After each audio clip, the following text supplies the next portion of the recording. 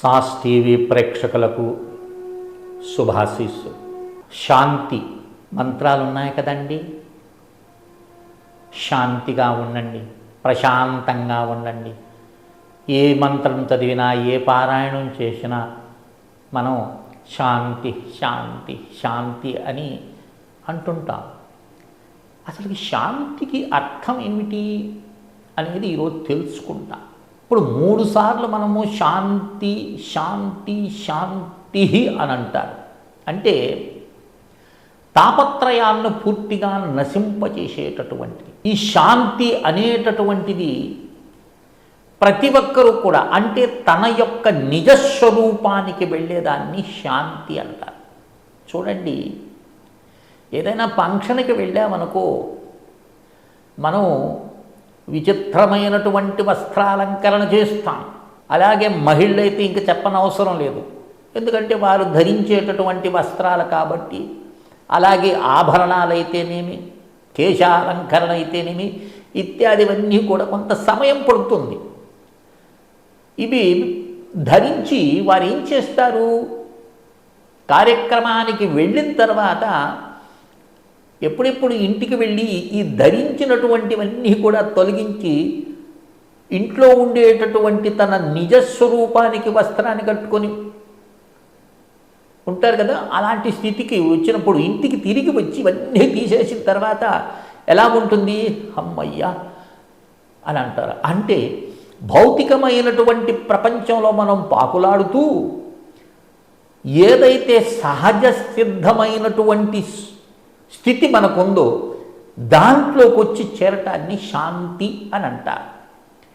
ఇదే వీటిని హుతాశనో జలం వ్యాధి దుర్భిక్షం మరణం తదా ఇది పంచమిదం దైవం మానుషం వ్యసనం పరం ఆయుక్తకేభ్యోశ్చరేభ్యహం పరేభ్యో రాజవల్లభాతు పృథివీ పతిలోభాశ్చాం వ్యసనం పంచధా భవే.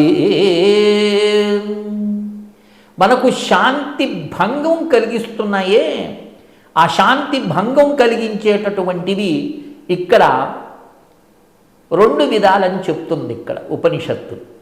ఏమిటంటే, ఒకటి మానుష్యపరమైనటువంటి బాధలు, దైవపరమైనటువంటి బాధలు ఉంటాయి మనిషికి. ఏమిటవి? అగ్ని బాధలు, అలాగే కరువు, ఇక వరదలు రావటము, మరణము, వ్యాధులు అనేటటువంటివి. ఇవన్నీ కూడా దైవ సంబంధమైనటువంటి బాధలు. మొన్న చూశాం కదండి, కరోనాలో ఎలాంటి స్థితి కలిగింది. కంటికి కనపడలేదది, పూర్తిగా అనేక మందిని ధ్వంసం చేసింది.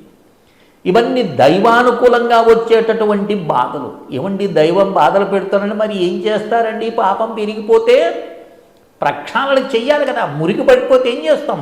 దాన్ని ఉతుకుతామా లేదా? అలాగే సమాజం అనే ప్రకృతి ఏం చేస్తుంది? ప్రకృతే పరమేశ్వరి యొక్క శక్తి. ప్రకృతి, ఈ ప్రకృతి ఏం చేస్తుంది?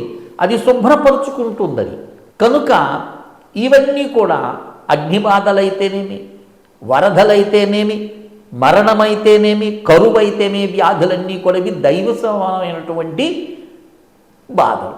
ఇక మానుష్యపరమైనటువంటివి అధికార మదంచేత పరులను హింసించటం, అలాగే దొంగ బాధలు, ఇక శత్రువులు, రాజుల వల్ల క్షోభ, దురాశాపరునికి అంటే ఉంటారు కదా కొంతమంది తమ సుఖం కోసం ఇతరులను మోసం చేసేటటువంటి స్వభావం. ఇవన్నీ మానుష్య బాధలు. వీటన్నింటి నుండి శాంతి కలగాలి మనకి. వీటన్నింటి నుండి శాంతి కోరుకుంటాము. వీటికి మనం దూరంగా ఉండాలి. మరి ఏం చేయాలి? దూరంగా ఉండాలంటే పరమాత్మను అనుగ్రహం చేయాలి. ఇక వీటినే మనకు ఈ తాపత్రయాలు మనం తొలగించుకోవాలి. తాపత్రయం అని అంటారు వీటిని. ఏమంటారు? ఒకటి ఆధ్యాత్మికము, ఆది దైవికము, ఆది భౌతికమని తాపత్రయాలు 3 మనకు ఉంటాయి. కాబట్టి మనం 3 సార్లు శాంతి శాంతి శాంతి అని అంటాం. ఇక్కడ ఆధ్యాత్మికమనంటే జ్వరం కావచ్చు, శారీరకమైనటువంటి రుగ్మతలన్నీ కూడా ఆధ్యాత్మికమైనటువంటి బాధలు. ఇక ఆది భౌతికమైనటువంటి బాధలు అన్నారు. ఇవి చలి, ఎండ. చూడండి, మనం చలి వచ్చినా తట్టుకోలేము, ఎండకు తట్టుకోలేము. అలాగే క్రూర జంతువుల యొక్క బాధలు, అలాగే దొంగల బాధలు, ఇవన్నీ కూడా మనకు ఆది భౌతికంగా మనకు లభించేటటువంటి తాపత్రయం. ఇక ఆది దైవకం అన్నారు, అంటే యక్షులు, రాక్షసులు ఇవన్నీ కూడా ఉంటాయి. వారు కనపడకుండానే మనల్ని హింసిస్తుంటారు. నీకు కనపడనంత మాత్రమున చేతనే అవి లేవు అనేదానికి నీ దగ్గర ఆధారం లేదు. కనపడకుండానన్నీ జరుగుతూ ఉంటాయి. ఎక్స్రే తీపించుకుంటామండి.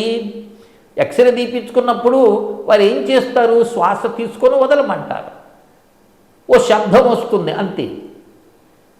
ఇక దిగండి అంటారు. వెంటనే మనకు ఆ ఫిలిం వస్తే దాని మీద మన యొక్క అన్నీ కూడా పడుతాయి, లోపల ఏం విషయం ఉన్నది. ఇక్కడ ఎక్స్రే కిరణాలు అనేటటువంటివి మన శరీరంలోకి పోయినట్లు నీకు తెలుస్తుందా? తెలియదు కదా. ఇది కూడా దైవశక్తి కానీ అలాగే దుష్టశక్తి కానీ ఆ ప్రకోపం మన మీద పడినప్పుడు మనకి అర్థం కాదు, తెలియదు. అందుకని ఈ తాపత్రయాలు అనేటటువంటివి శాంతి కోసం మానవుడు ఏం చేయాలి? నిరంతరము భగవంతుణ్ణి స్మరించాలి. ఈ తాపాలన్నింటినీ కల్పించేటటువంటి, ఎందుకంటే వారి డ్యూటీ అది. మానవ జన్మకు అనేకమైనటువంటి రుగ్మతలు కలిగించేటటువంటి కర్మవశాత్తు లభిస్తూ ఉంటాయి. అందుకని వీటన్నింటినీ మనము దాటి వెళ్ళేదానికి, పరమేశ్వరుల అనుగ్రహం లభించేదానికి మనం ప్రతి ఒక్కరూ కూడా కంటికి కనపడున్నటువంటి ఒక మహాశక్తిని, కొన్ని శక్తులను మనము ఆరాధించాలి అనేది వేదం కూడా చెప్తుంది. కనుకనే వేదపారాయణం చేసేటప్పుడు ఈ తాపత్రయాల నుండి నన్ను రక్షించని మొట్టమొదటిగా మనం ప్రార్థన చేస్తాం. ఏమని? ఓం శం నో మిత్రస్యం వరుణః శం నో భవత్వర్యమాం శం న ఇంద్రో బృహస్పతిః శం నో విష్ణురుక్రమః నమో బ్రహ్మణే నమస్తే వాయో త్వమేవ ప్రత్యక్షం బ్రహ్మాసి త్వామేవ ప్రత్యక్షం బ్రహ్మ వదిష్యామి ఋతం వదిష్యామి సత్యం వదిష్యామి తన్మామవతు తద్భక్తరామవతు అవతు మాం భవతు భక్తారం. ఓం శాంతి శాంతి శాంతి. వినుంటారు ఈ మంత్రాన్ని మీరు. ఉపనిషత్ పారాయణం అప్పుడైతేనేమి, దేవతలను ఉద్దేశించి నాలో ఉండేటటువంటి ఈ తాపత్రయాలన్నింటినీ నుండి నన్ను రక్షింపజేయమని ప్రార్థన చేయటం జరుగుతుంది. తెలుసుకున్నారు కదా శాంతి పాఠానికి అర్థము, తాపత్రయాల యొక్క ఉద్దేశ్యం ఏమిటి, మనల్ని ఎలా హింసిస్తాయి, మానుష్య బాధలేమిటి, దైవ బాధలేమిటి అన్న విషయాన్ని అందరూ కూడా గ్రహించాలని ఆశిస్తూ శ్రీ విద్యోపాసకులు శ్రీ మండే లక్ష్మీ నరసింహారావు లోకా సమస్తా సుఖినో భవంతు. ఓం తత్సత్. ఓం తత్సత్. ఓం తత్సత్.